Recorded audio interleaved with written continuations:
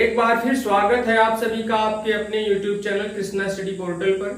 तो चलिए बात करते हैं आज के टॉपिक की। आज का टॉपिक है कक्षा 7 के गणित की पाठ्य पुस्तक से सांख्यिकी पाठ का दक्षता अभ्यास। आज दक्षता अभ्यास के प्रश्नों को हम हल करना सीखेंगे। इसके पहले आप लोगों ने इस सांख्यिकी पाठ का अभ्यास 3A देखा, जिसमें आप लोगों ने दिए गए आंकड़ों से कैसे वृत्तारेख बनाते हैं, कैसे पिक्टोग्राफ जिसे आप कहते हो कैसे बनाते हैं वो सीखा। और अभ्यास 3B में आप लोगों ने देखा कि कैसे अवर्गीकृत आंकड़ों का समांतर माध्य निकाला जाता है। तो जैसा कि आप लोग जानते हैं, दक्षता अभ्यास में उन्हीं प्रश्नावलियों में से कुछ प्रश्न दिए गए होते हैं। तो चलिए इसमें से कुछ प्रश्नों को हल करते हैं। जैसे इसमें दक्षता अभ्यास का पहला प्रश्न है कि एक कक्षा के 15 विद्यार्थियों का 100 में से प्राप्तांक कितना है। 0 0 30 30 20 20 40 30 50 60 50 60 80 70 30 और 30। तो कह रहे हैं इसका समांतर माध्य आप बताइए।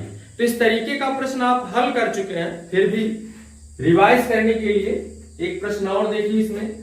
तो समांतर माध्य निकालने का जो सूत्र बताया गया आपको वो है समांतर माध्य बराबर सभी पदों का योग, सभी पदों का योग, सभी पदों का योग बटे पदों की संख्या, पदों की संख्या।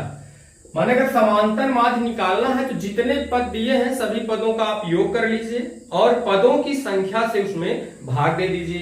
तो इसमें देखिए 15 विद्यार्थियों का प्राप्तांक है, तो पदों की संख्या जो होगी इसमें वो 15 हो जाएगी।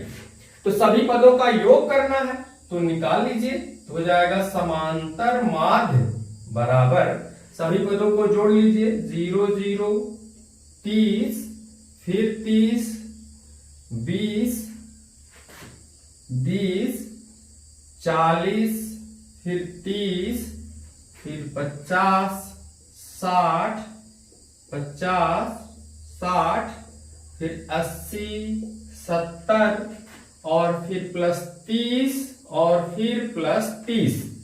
तो कुल मिलाकर के 15 पद देख लीजिए। 1 2 3 4 5 6 7 8 9 10 11 12 13 14 और 15। तो सभी पदों का योग ये हो गया। अब बटे पदों की संख्या माने 15। इन सभी पदों का योग कर लीजिए।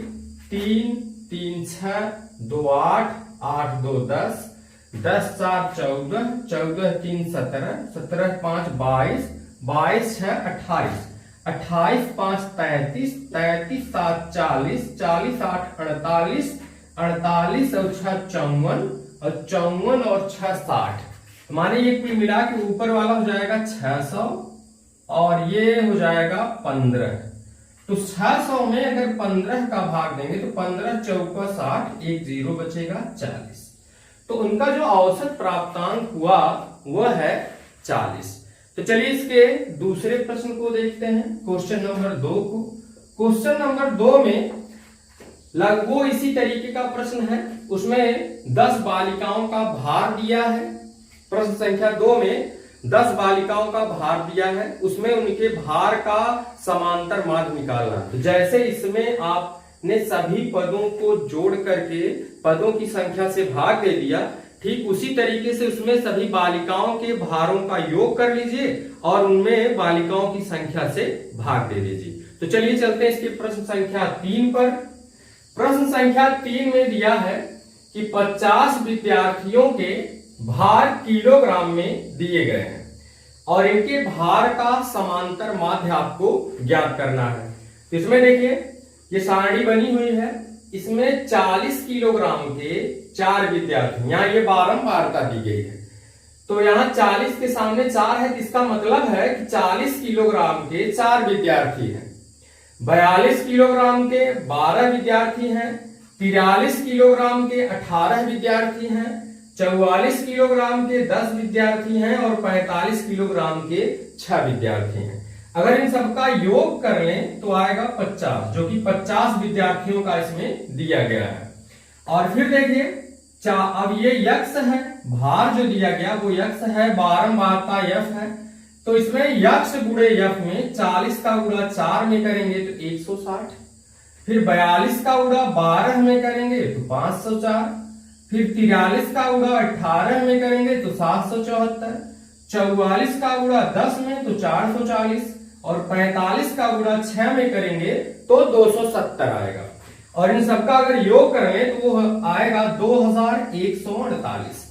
तो अवर्गीकृत आंकड़ों का समांतर माध्य निकालना आपको प्रश्नावली 3B में बताया गया है। तो फिर देख लीजिए, तो समांतर माध्य क्या हो जाएगा, समांतर माध्य बराबर हो जाएगा sigma F x divide by sigma F. तो सिग्मा एफ एक्स का मान कितना है 2148, 2148 और सिग्मा एफ का मान है 50। जब 2148 में 50 का भाग देंगे तो आएगा 42.96 किलोग्राम, 42.96 किलोग्राम। तो इस तरीके से 50 विद्यार्थियों का समांतर माध्य 42.96 किलोग्राम होगा। प्रश्न संख्या 4 प्रश्न संख्या 3 की ही तरह है, उसे आप स्वयं हल करिएगा। तो चलिए देखते हैं प्रश्न संख्या 5 को।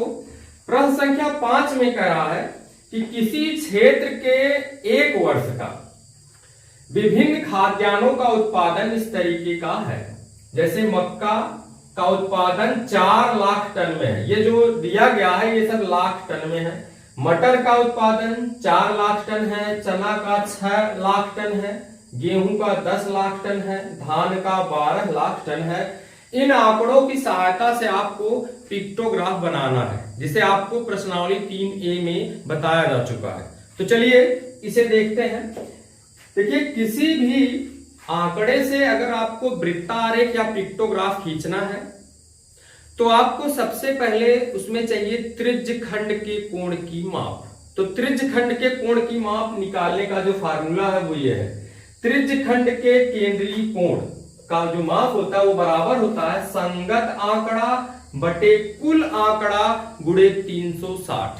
360 इसलिए गुणा किया जाता है, आपको बताया भी जा चुका है, क्योंकि एक सर्कल के सेंटर पर पूरे सर्कमफेरेंस के द्वारा 360 अंश का कोण अंतरित होता है। तो अगर एक वृत्त में सब चीजों को दिखाना है तो जो त्रिज्यखंड के कोण है वो 360 के ही भाग होंगे। माने अगर सभी त्रिज्यखंडों को जोड़ लिया जाएगा, सभी त्रिज्यखंडों के कोणों को जोड़ लिया जाएगा तो वह 360 ही आएगा। तो चलिए इसे खींचना सीखते हैं। तो सबसे पहले हम त्रिज्यखंड का कोण निकालते हैं। जैसे यहां लिखेंगे मक्का के संगत, मक्का के संगत त्रिज्यखंड का केंद्रीय कोण, केंद्रीय कोण क्या हो जाएगा, यहां ध्यान से देखिए। संगत आंकड़ा, संगत आंकड़ा क्या है मक्का के लिए 4 है, ठीक। फिर बटे कुल आंकड़ा जो कि 36 है गुणे 360, तो क्या हो जाएगा 36 दहाइयां 360 और ये जो हो जाएगा 10 चौक 40 अंश। ठीक इसी तरीके से मक्का के बाद मटर के संगत त्रिज्यखंड का केंद्रीय कोण क्या हो जाएगा, फिर वही है 4 बटे 36 गुणे 360 और ये हो जाएगा 40 अंश, क्योंकि ये बराबर है। फिर ये देखिए चना के संगत त्रिज्यखंड का केंद्रीय कोण क्या हो जाएगा 6 बटे 36 गुणे 360, ये हो जाएगा फिर 60 अंश। कैसे 36 दहाइयां 360, 10 आएगा और 10 छंग 60, ये 60 अंश का हो जाएगा। फिर ऐसे चना के बाद गेहूं, ठीक, गेहूं के संगत त्रिज्यखंड का केंद्रीय कोण हो जाएगा 10 बटे 36 गुणे 360, तो फिर 36 दहाइयां 360 और 10 दहाम में 100, ये 100 हो जाएगा। फिर ऐसे धान के संगत क्या हो जाएगा? धान के संगत केंद्रीय कोण का माप हो जाएगा 12/36 गुणे 360। फिर 36 दहाइयां 360, 12 दहम में 120। अगर आप इन सब कोणों को जोड़ेंगे तो ये 360 ही आएगा। आप देख सकते हैं 60 और 40 ये 100 हो गया, 100 200 हो गया, और 200 में ये 100 जोड़िए तो 300, और 20 और 40 360 हो गया। तो पूरा एंगल 360 होगा। ये 360 हो गया तो इसका मतलब है कि वो दिया गया एंगल आपका सही है। तो चलिए खींचना सीखते हैं। तो सबसे पहले एक आप वृत्त बना लेंगे। देखिए सबसे पहले आप यहाँ आए, एक वृत्त बना लीजिए। किसी भी रेडियस का एक आप वृत्त इसमें बना लीजिए, कोई भी रेडियस हो। ठीक, जब वृत्त बन जाए अब आप यहां से, ये इसका सेंटर है, अब यहां से हर त्रिज्य खंड को खींचिए जिसका कोण यहां दिया गया है। तो चलिए शुरू करते हैं। तो सबसे पहले मक्का के संगत वाला खींचते हैं। तो देखिए यहां लगाइए, आपको कोण बनाना उम्मीद है आता है, ये कक्षा 6 में बताया भी गया और आप 1 से 5 तक बढ़ के आए हैं। कक्षा 4, 5 में आपको बताया गया होगा चांदा की सहायता से कैसे कोण बनाते हैं। अब देखिए यहाँ एक लाइन खींचने के बाद मक्का के संग पहले खींचेंगे तो 40 अंश का कोण है। तो कोण अगर आपको बनाना आता है तो यहाँ देखिए, यहाँ ऐसे आप रखेंगे, यहाँ आपका ये सेंटर है, 40 अंश का कोण बनाना है तो ये हो जाएगा। ठीक, तो यहां से ऐसे मिला के आप खींच दीजिए, ये त्रिज्यखंड आपका तैयार। फिर मटर के संगत है, सेम टू सेम 40 अंश का ही कोण बनाना है। फिर आपको यहाँ सेंटर में रखिए, फिर यहाँ देखिए 40 अंश यहाँ आपका बनता है तो 40 अंश का फिर यहाँ से ऐसे खींच के बना देंगे, 40 अंश का दोनों सेम हो गया। फिर देखिए मक्का मटर, अब की बात चना के लिए संगत कोण कितना है? 60 अंश का। अब यहीं से आप 60 अंश का कोण बना लीजिए, यहां से अब 60 अंश का कोण बनाएंगे आप। ये देखिए यहां से ये 60 अंश का कोण बन गया ये। फिर 60 अंश के बाद माने ये हो गया आपका चना के लिए। अब गेहूं के लिए देख लीजिए कितना है? 100 अंश है। तो यहीं से आप 100 अंश का एंगल बना लेंगे। यहां से देखिए, यहां से आप 100 अंश का एंगल आप यहां से बनाइए। तो इसके लिए देखिए ये हुआ 80, 90 और ये हुआ 100। ठीक, तो 100 अंश के लिए बन गया। फिर एक और बच रहा है, ये हो गया 100 अंश के लिए। और फिर है आपका 120 के लिए। तो फाइनल है ये 120 ही होगा। ठीक, चाहे आप देख भी सकते हैं, अगर आप इसे देखेंगे तो ये 120 अंश का ही बनेगा। ठीक, देख लीजिए 120 अंश का यहाँ बन रहा है।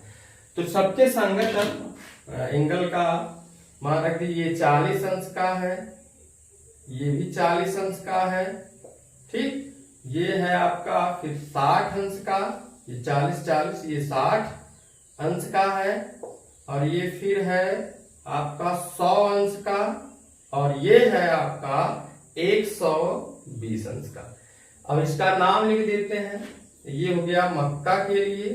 ठीक, ये मक्का के लिए है, हाँ मक्का के लिए। ये मटर के लिए है, और ये चना के लिए है। ठीक, और ये गेहूं के लिए है,